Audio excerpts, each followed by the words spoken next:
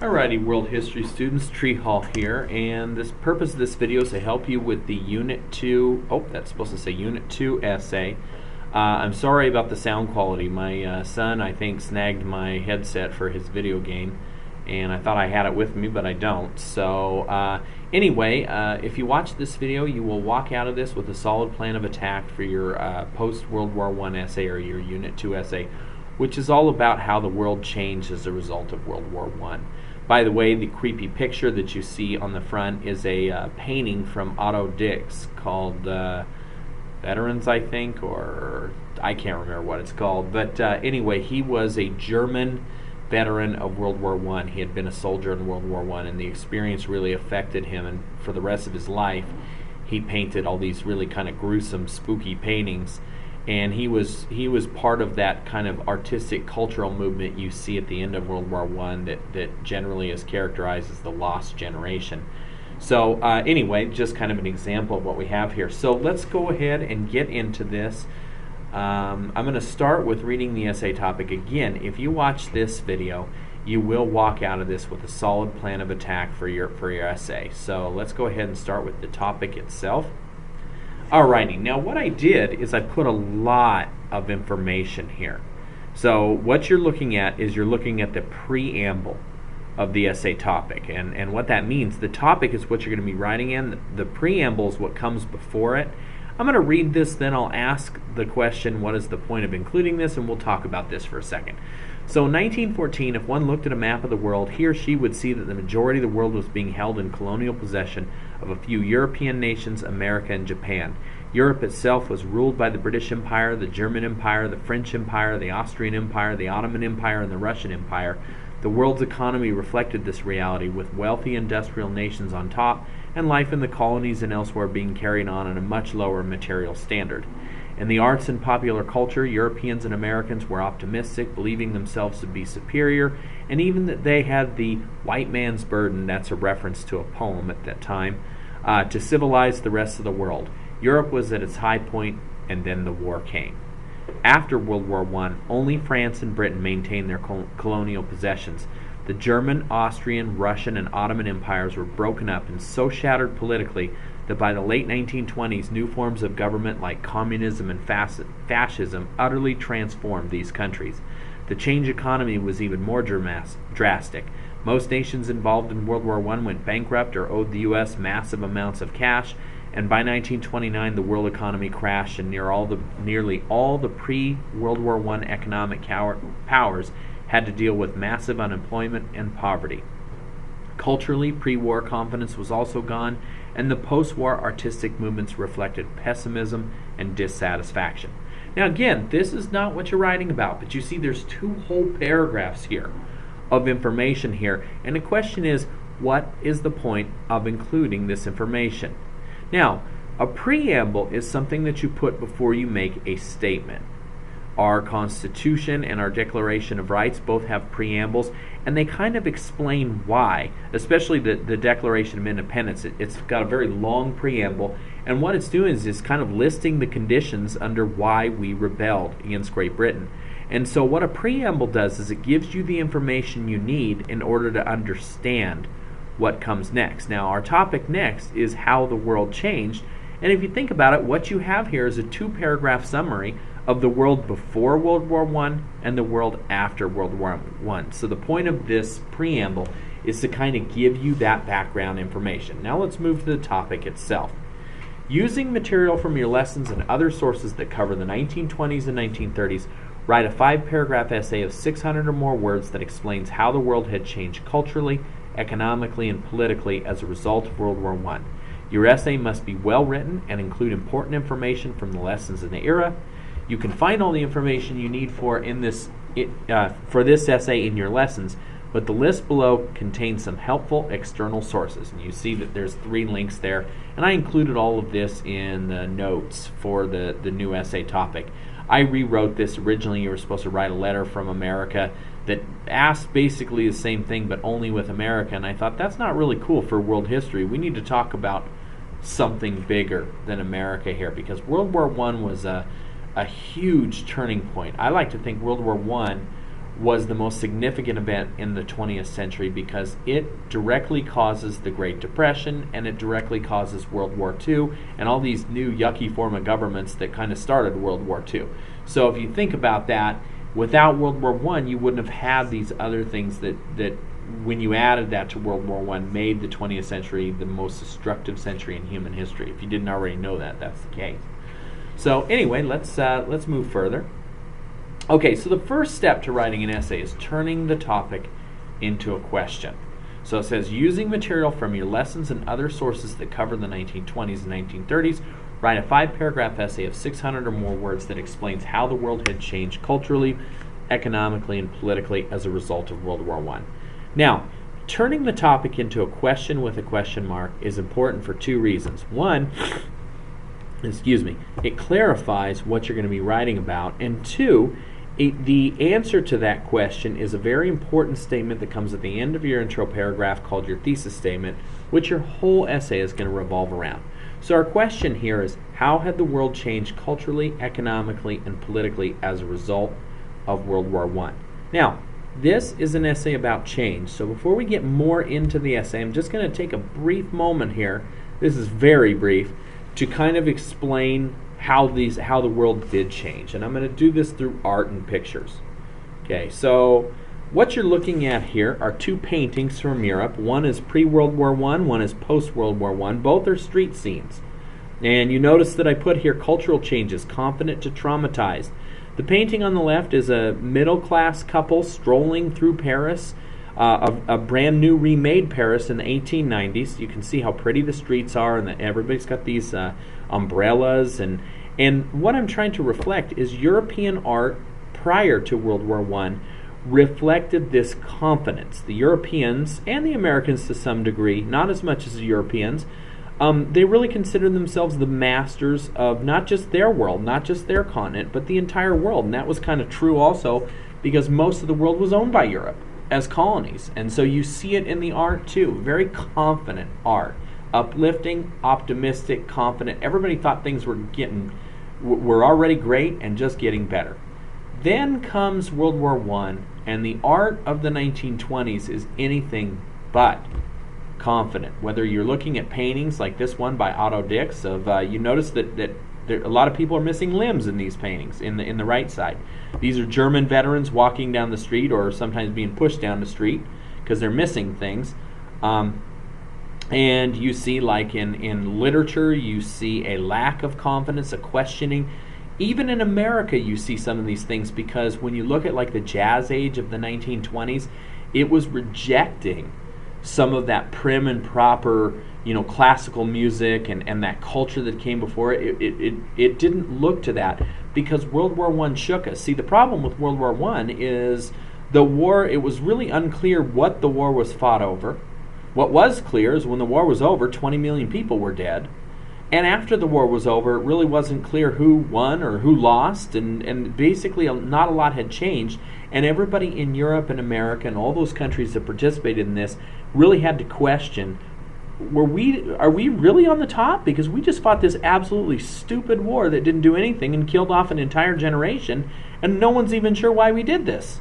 And so it changes. You see this cultural change from this confident culture that thought it was going to be ruling the world for 1,000 years to now we're wondering, what can we trust? Can we trust anything? And that becomes even true in governments and stuff. People literally threw out their governments in many countries of the world because they just didn't trust anything anymore. The war had really shaken their confidence. Let's talk about economic changes. So picture on the left, John D. Rockefeller with his son Nelson.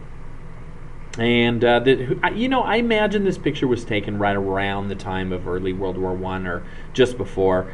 Rockefeller is pretty old. If you don't know John D. Rockefeller, he owned the company Standard Oil, and basically he was the father of gasoline and the oil industry and was the richest man in the world. He was worth $1 billion in the year 1900, which by today's standards still makes him the richest man in the world.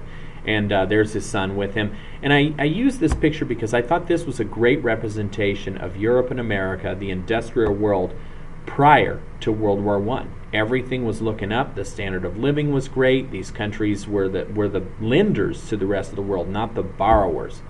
Then the war came, and it bankrupted just about every country that was in it. Not the United States, because everybody borrowed from us, but that's why the Depression doesn't happen until later in the United States. And once we went into depression, everything else collapsed. It was because we had lent money, and by 1929, that's when things were beginning to change, and our loans were defaulting and what have you.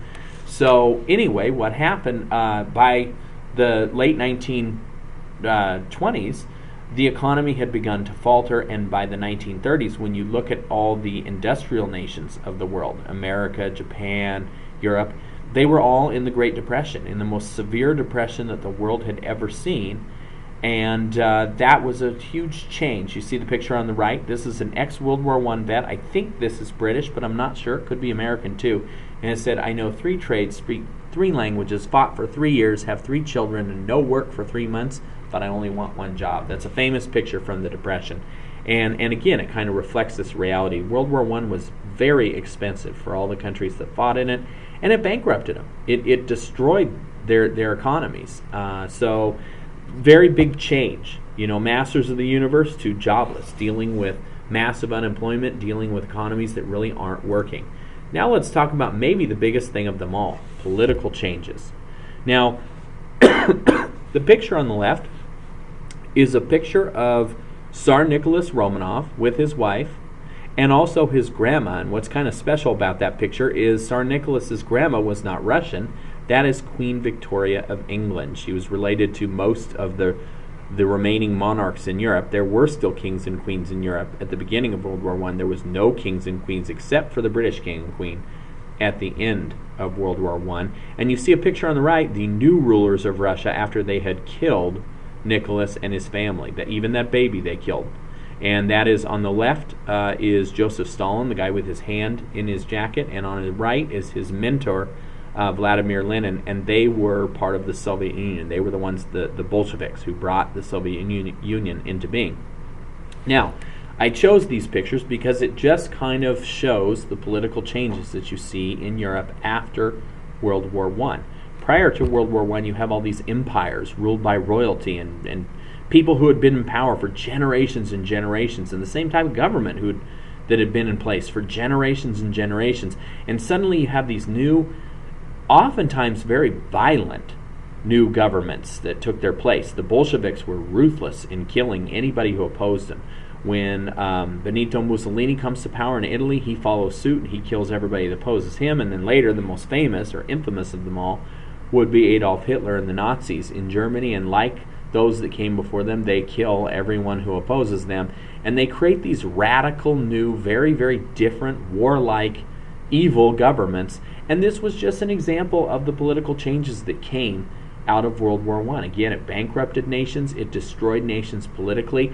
Many of the nations who fought in World War I were destroyed afterwards. When you look at the beginning of World War II and Germany's rise to power, one of the things that helped Germany the most was that all these big, powerful empires were taken apart at the end of the war. And so when Germany was expanding, it was gobbling up very tiny nations at first, who really had no chance to fight against it. And if it would have tried to take on bigger nations at first, it would have lost. And so there are all these massive political changes. Now, before we move any further, let's go back to this question. How had the world changed culturally, economically, and politically as a result of World War I? You know what? It changed. The world became less stable. To answer that question in one sentence, the world became less stable. And the older, more established countries in the world, like Europe and in Europe and even in America to some degree, we lost power as a result of World War I. Maybe not America, but definitely Europe. When you look at prior to World War I, the absolute center of power in the world was Europe. After World War I, that's just not the case. That just isn't. And so really kind of a shifting of power and importance, all of that happens as a result of World War I. Now let's get back into writing our essay. So once you've turned the topic into a question with a question mark, the next thing that you need to do is organize your essay. Now, in this particular thing, it specifies that our paper needs to be 5 paragraphs long. It also needs to be about 600 words, which is a standard 5-paragraph essay anyway.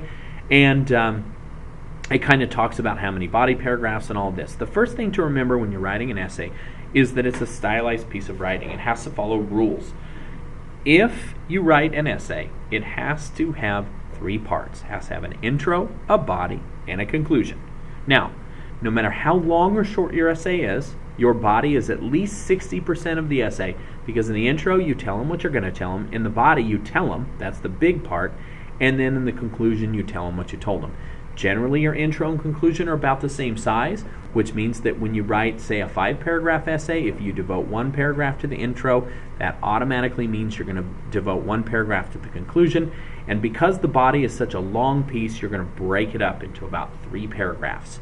If you wrote a 6-paragraph essay, you'd have 4 body paragraphs or main points. Each of your paragraphs that you're going to break it up into is going to directly support your thesis statement and otherwise known as a main point. So that's just something that you should think about when you write an essay. Now let's get this a step further and let's organize this essay. Sometimes when you look at an essay topic, your organization is given to you and sometimes it is not. For example, if this essay topic just simply said, how had the world changed as a result of World War I, then you would have to come up with the cultural, economic, and political. So sometimes it's easy, sometimes it's hard. In this particular essay, it's easy. Oh, let me go back further for a second. When you're thinking about organizing an essay, if you know it's a 5-paragraph essay, well then you automatically know you have 3 main points. And if you know you have 3 main points, then all you have to do to organize your essay is you need to come up with your 3 body paragraphs or your main points. If you can do that, that makes things very easy. And so what's important when you see a 5-paragraph essay, you should know right away we're talking about 3 body paragraphs. And in this particular essay topic, we just happen to have to write about 3 things. We need to write about how the world changed culturally as a result of World War I, how the world changed economically as a result of World War I, and how the world changed politically as a result of World War I. So what that does is that gives us a nice little, what I call an essay map, kind of a road map on how to write our essays. And so what you want to do if you're watching this and you're planning on writing your essay in a few minutes, then you might want to press pause on this and quick jot this essay map down. Now, I've taught essays for many, many years, and I've learned that if you can do this before you write, this is worth taking a few minutes before you actually start writing, you will save yourself at least half the amount of time it takes to write your essay. I mean, this will really cut back on how long it takes you. So in this particular essay, what we would do is we'd come up with an intro paragraph, then our first body paragraph, or main point 1, would address the cultural changes as a result of World War I, our second would address the economic changes, and our third would address the political changes. Then we'd wrap it up with a conclusion. So that's a nice little way of how to do this essay map, and this is really going to give us our blueprint on how to do our essay. Now, once you have an essay map, the next thing you need to think about is you need to think about the parts of your essay in a little bit more detail. And so for this particular essay, in our intro, we have to do 2 things. We need to introduce our readers to the topic, who, what, where, and when. That's pretty standard in a history essay. And then we need to provide the thesis statement, or we need to answer the topic question. Remember, the topic question was, how had the world changed culturally, economically, and politically as a result of World War I? So it makes sense when you think of that. Your thesis comes at the end of the intro. It makes sense that what you're going to talk about to your readers, you're going to give them some of that information, maybe a little before and after of the world between World War I. You can see that I wrote in red, this essay is a before and after story of how the world changed as a result of World War I. Introduce your readers to the world before World War I in the intro, and in the body and conclusion, introduce them to the new post-World War I world. That's a solid way to begin this. The conclusion has to do 2 things: remind the readers what the topic was, restate or remind readers what the thesis is. By the way, most common mistake when people write conclusion, there's no factual information in there. Your intro shouldn't really have facts either. It should be an introduction. If you're putting facts in your conclusion, that probably meant that you did something wrong in one of your body paragraphs and you're trying to fix it. So that's something to keep in mind. Now let's move on to body paragraphs. So remember that in each body paragraph, what you have to do is you have to answer the topic question, but in a topic-specific way. So you can see that our topic question was, how would the world change culturally, economically, and politically as a result of World War I? In your first body paragraph is going to be a 6 to 8 sentence answer of this question. How had the world changed culturally? That's where you're going to want to mention The Lost Generation. You're going to want to mention the artwork of Otto Dix or something like that. You need to go from that confident to paranoid art or whatever you want to call it. And again, you're basically going to answer this question in 6 to 8 sentences. When you get to your second body paragraph, you're going to explain how the world had changed economically as a result of World War I. So again, before and after picture, you might paint a picture of this economically superior and rich West, how Europe and America were doing fantastic economically before the war, and then suddenly they go bankrupt and you finish with the Great Depression and what a wreck that was. Then you get to the third body paragraph and you're going to talk about those political changes. You might want to just talk about the toppling of some of these empires. It wouldn't be a bad idea to mention Woodrow Wilson's idea of self-determination, because this was a good idea, but ultimately it came to some bad. That was the idea of breaking apart these empires and letting people have more democracy, but what it actually did is also created too many small countries that Hitler gobbled up later on.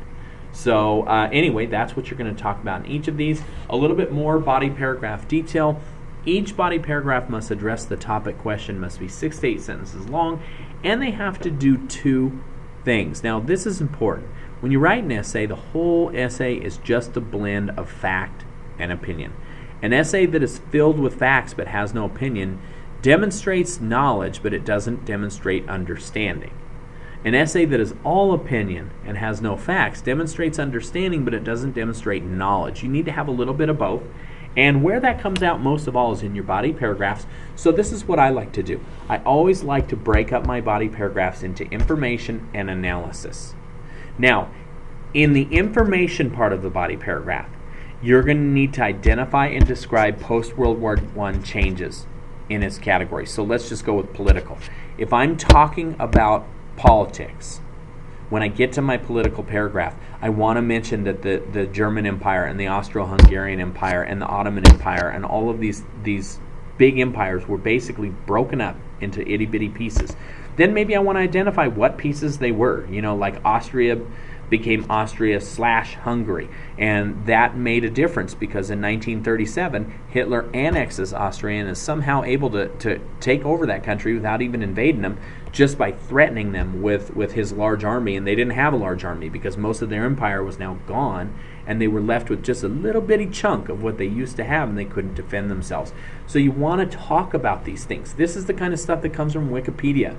You want to mention that. You want to mention the self-determination and Woodrow Wilson's 14 points and how that breaks these countries apart. The next thing that you have to do, though, is you have to insert your opinion. And that's where your analysis comes in. And here's how you do this. You need to attach these changes to World War I. So you look at those changes and you have to ask yourself this question. How did World War I cause this? And you know what? What you find is in that answer, there's no wrong answer. There's just logical and illogical. So if you were to, in World War I, if you were to say part of the problem with World War I and what caused all this is the countries that wrote the peace treaty, they were angry at Germany. They were angry at Austria. They were angry at Russia for dropping out of the war. So they just cut those countries in little pieces to punish them. It wasn't nice. It wasn't cool. Ultimately, it caused more problems, but that's what they did. So what you couldn't say is, oh, well, since Germany won the war, they just decided to cut themselves into pieces. Well, Germany didn't win the war. And they weren't the ones that made that decision. See, when you look at it, when you look at these political changes, they were mostly designed to punish nations that didn't win. Russia was supposed to be on the winning side because they were allied with Britain and France and everybody, but if you know your history from World War I, Russia dropped out of the war, so they punished them too. And they punished Germany for starting the war, and they punished the Ottoman Empire for siding with them, and the Austrian Empire for siding with Germany. And so you have to attach those changes. Now think of it this way too. Remember, you got to write 6 to 8 sentences. So if I did 3 or 4 sentences where I'm using my factual information, then I have to add 3 or 4 more sentences where I'm coming up with my opinion and attaching it to World War I. Now, quick question, what if I can only do that in 2 sentences? You know what that means? You add more information. What if I write down all the information I know and I only have 2 sentences? That means you got to have 4 sentences of opinion. You want to make those body paragraphs about the same size, and they all should be 6 to 8 sentences. If they are, you're going to hit your 600 word minimum, and you should know by now, I do mark you down. If you don't get that 600 word, you can do 600 words. Now, I hope that this video has helped you in writing this essay. I want you to remember that you can choose either to write the essay, or you can choose to watch one of my documentaries and do a filled-in movie worksheet. I think in some of these cases it might be better to watch the documentary, but I did want you to be prepared for doing this, and I hope that by watching this video you do feel prepared. So let's not forget our essay map. Remember, we have an intro paragraph that introduces the post-World War I world. Then we get into our main points: cultural changes, economic changes, political changes, and then we come up with the conclusion. We restate our thesis, and oh, you don't say goodbye to your family. That's from the last essay topic. Sorry, you restate your thesis. So you are ready to go now, and if you need any extra help, please feel free to call me, and I'm happy to help you. Thank you.